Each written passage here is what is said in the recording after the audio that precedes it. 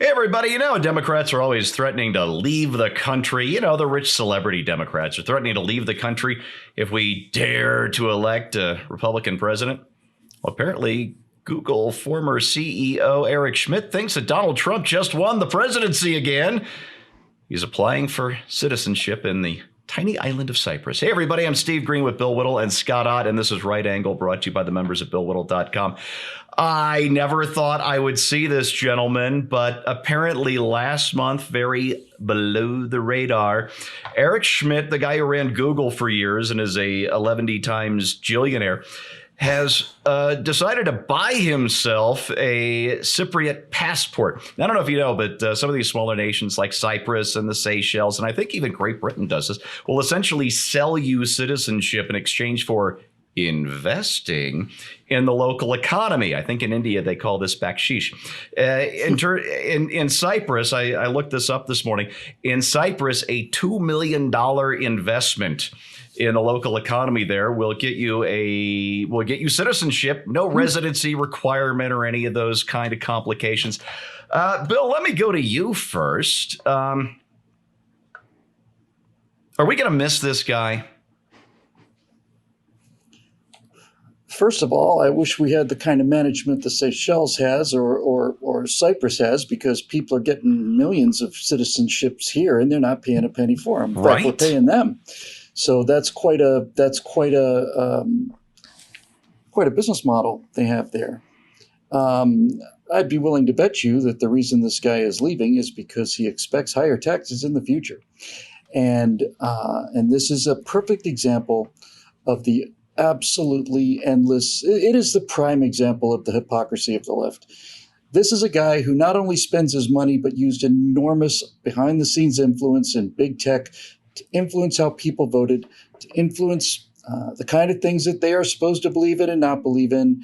He's the kind of guy that's probably dedicated his entire life to get people thinking that socialism is swell and all of these liberal plans are swell and the Green New Deal is swell. And now that he's finished doing all of that, he's taking his money someplace where the swell socialists won't be able to get it, and he's just decamping.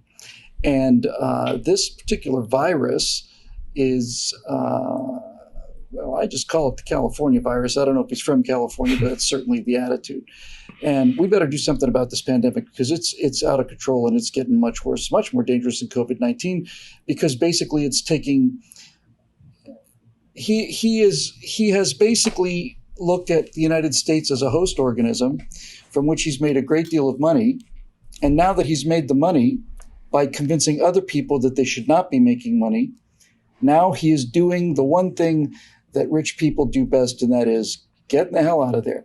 There's nothing more mobile than a rich person, and any effort to increase taxes on rich people or any effort to make the rich pay more than their fair share, which right now is about 65%, I want to say, of the I think the top 1% pays 65% of our total income tax burden, something like that. But if you continue to raise taxes on people like this, they will start to split.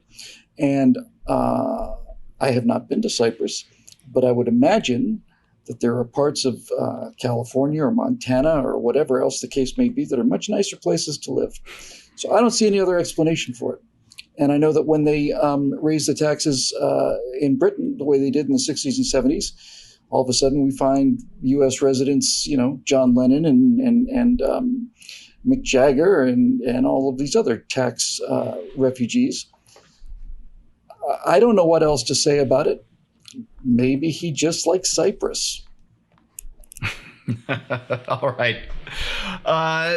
Scott, what is telling about this story is that Schmidt started this process back in October, and that's when all the brightest people in the world were predicting a Democrat landslide, that Joe Biden, despite his declining condition, was going to lead the Democrats into another era of huge power like they enjoyed 2009, 2011 with Barack Obama in the White House and Nancy Pelosi running the House and what's his name, who got beat up by his mob connections. I mean, exercise equipment in Nevada there. Harry Reid, thank you. I finally remembered his name.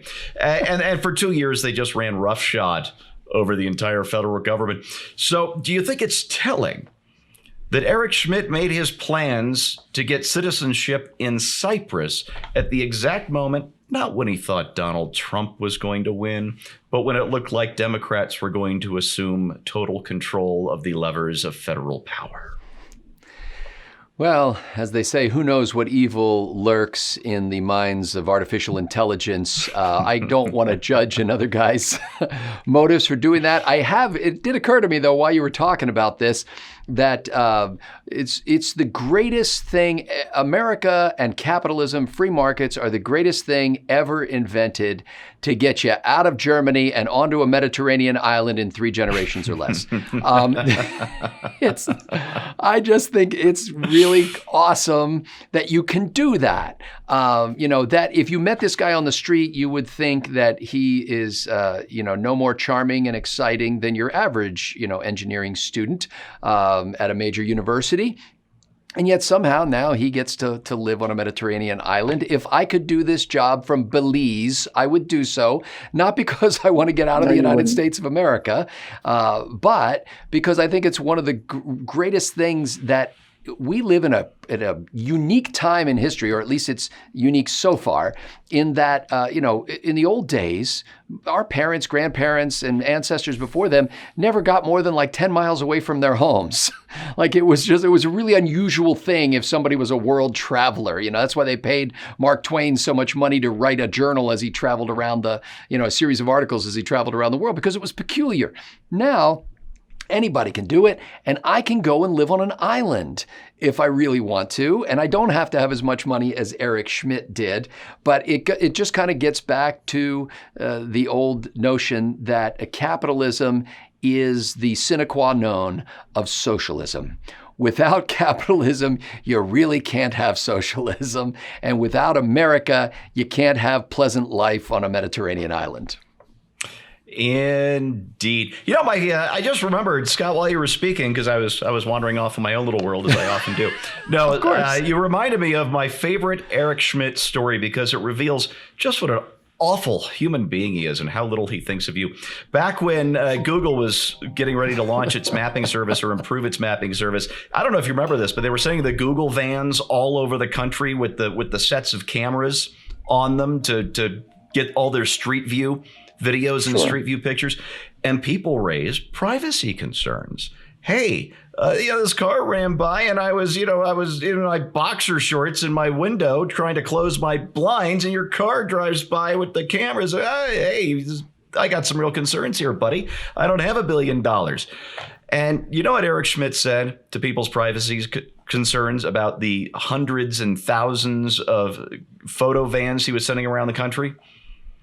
Well, if you don't want to be photographed doing something, maybe you shouldn't be doing it. That's what he said. That's almost an exact word for word quote. So, nice. Number one, screw this guy. Eric, you shouldn't be leaving your country just when it needs you most, just when your beloved Democrats are getting set to take power again. You shouldn't be doing this, Eric. Now I get to lecture you, you SOB. All right, let me finish with maybe something slightly more serious.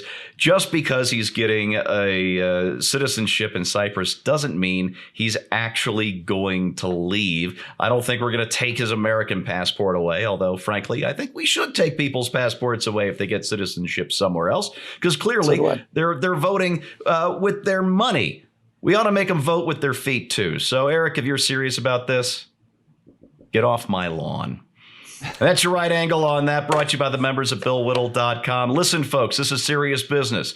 If Joe Biden actually manages to win this thing, and I'm not conceding until Trump does, but if Biden manages to win this thing, we're going to need your support more than ever. So if you've been watching these shows for free for the last 4.5 years, please click over to BillWhittle.com. Join, become a member, become a supporter. We're going to need you for these next 4 years, win or lose. So do the right thing. You know you want to. Thanks for watching. We'll see you next time.